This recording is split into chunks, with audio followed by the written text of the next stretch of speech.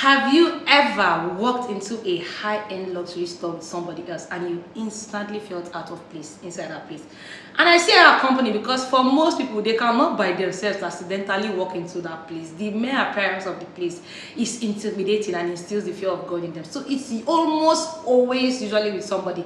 And when you see price tags in that place, it's like, oh, your head want to burst. One look and I breathe.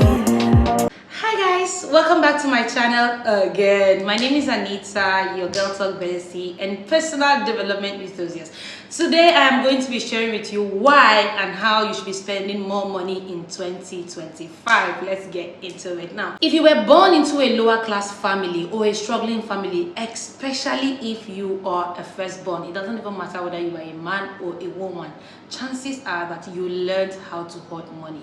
Every time you see money or you get money, it represents all of the problems it can solve for you or for your family. So there's absolutely no room for wastage. When other people are seeing a lovely pair of shoes or a bag, you are seeing your siblings' school fees, or you are seeing any other big problem that money can solve for you. When other people are seeing accommodation in a very cozy and comfortable luxury apartment, you're already thinking of the 2-bedroom flats that rent money can build for you in your village. Tell me that's not you.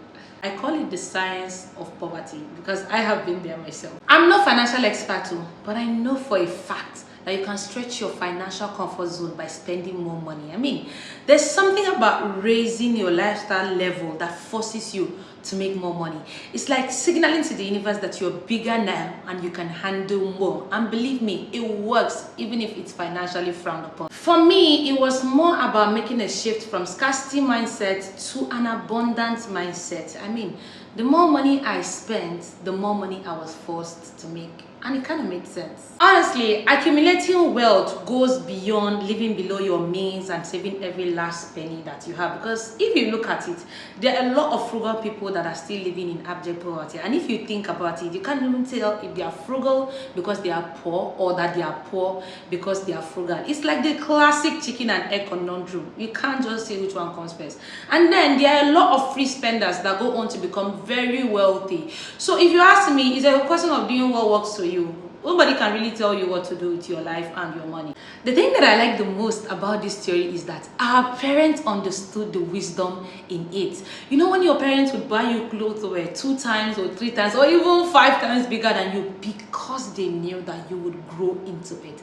However, our parents unfortunately limited the application of this theory to only the physical dimension.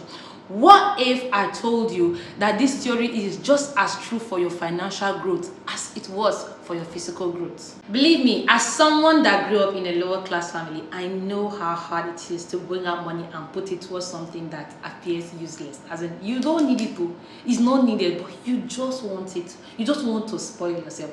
I remember the first time when I bought my first luxury handbag. The day I paid for that bag, I could not sleep. God is my witness. But when the bag eventually came, it was so, I can't describe the feeling. I remember that before I go to sleep in the night, I will go and touch the leather just to get that feeling. And the same thing happened when I first started buying gold. And then last year, I bought myself a VCA, a mother of pearls necklace and earring set. And I did it to tell myself because last year was hard, right? I remember that the day that set came, guys, my hands were shaking as I was unboxing it. Like, the feeling was priceless. But over time, doing these things has stretched my financial capacity because, see, any money that I spend, I know that I have to make it back. Like, the motivation is like 3x right now.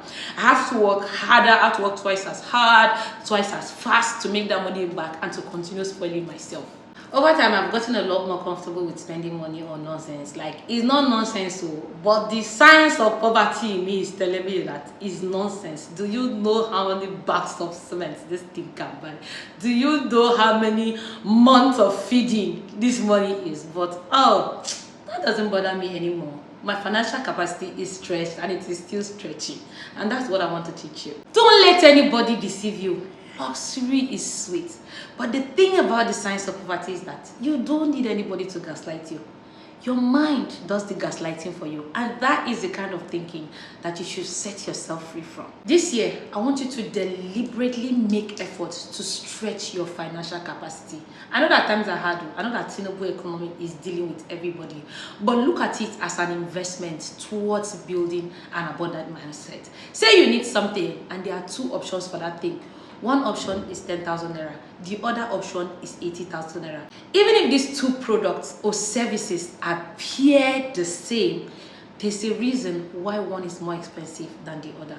Go for the more expensive option. Here's actually an exercise for you. Say for example, your most expensive handbag is 30,000 naira. I want you to walk into a high-end store and drop 150,000 naira on one handbag. That's the money that ideally would have bought you 5 different handbags. I want you to use it and buy one quality handbag. Take it home, put it on the shelf, and note how you feel afterward. The feeling is usually different. Terrifying, yes, in a good way, a good kind of terrifying, and equally exciting. And after you've done it once, twice, 3 times, it kind of becomes second nature to you. You become a lot more comfortable with doing things like that. Do you know this song? Problem, you know the finish. Make it try to enjoy. Absolutely. Listen, if you live your life only to solve problems, you're going to look back at the end of your life and realize that you did not live at all. You just come here to solve problem and die. This new year, you need to make the effort to become comfortable with money, with spending money, because money is a renewable resource. It comes and it goes. Do you know why they even call money currency? As in current. It moves. It has to go out and it has to come in. And the best thing you can do for yourself is to stretch your capacity to make and to spend money, to give and to receive money. Because if you don't spend it, how else would the universe know that you are ready for more? As you make money this year, do not forget to spend some of it. Actually, spend lots and lots of it, because I assure you, there's more money coming your way from the formless substance that money is made up of. Okay? I'm sure that for some people watching this video, like, you're already scared and your chest is doing you as if it wants to come outside at the thought of spending an insane amount of money that you have never spent before on something that you do not absolutely need. But let me tell you something. Spend it. Nothing is going to happen. At most, you do it 2-3 times and you become comfortable in the calm feeling of being able to spend money on the things that you want and not necessarily need, just because you can afford to. It's a nice feeling. You're going to enjoy it.